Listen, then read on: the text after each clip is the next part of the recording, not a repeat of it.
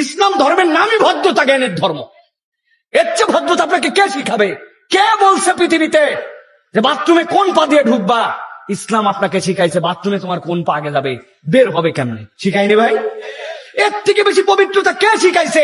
নাকের মধ্যে পানি দিয়ে পরিষ্কার করতে হবে, কানের ফুটা পরিষ্কার করতে হবে, তোমার পা পরিষ্কার করতে হবে, হাত পরিষ্কার করতে হবে, প্রত্যেকদিন নিম্নে 5 বার মেসওয়াক করতে হবে, স্ত্রীর কাছে গেলে মেসওয়াক করতে হবে, বাইরে থেকে আসলে মেসওয়াক করতে হবে, ভালো না লাগলে মেসওয়াক করতে হবে।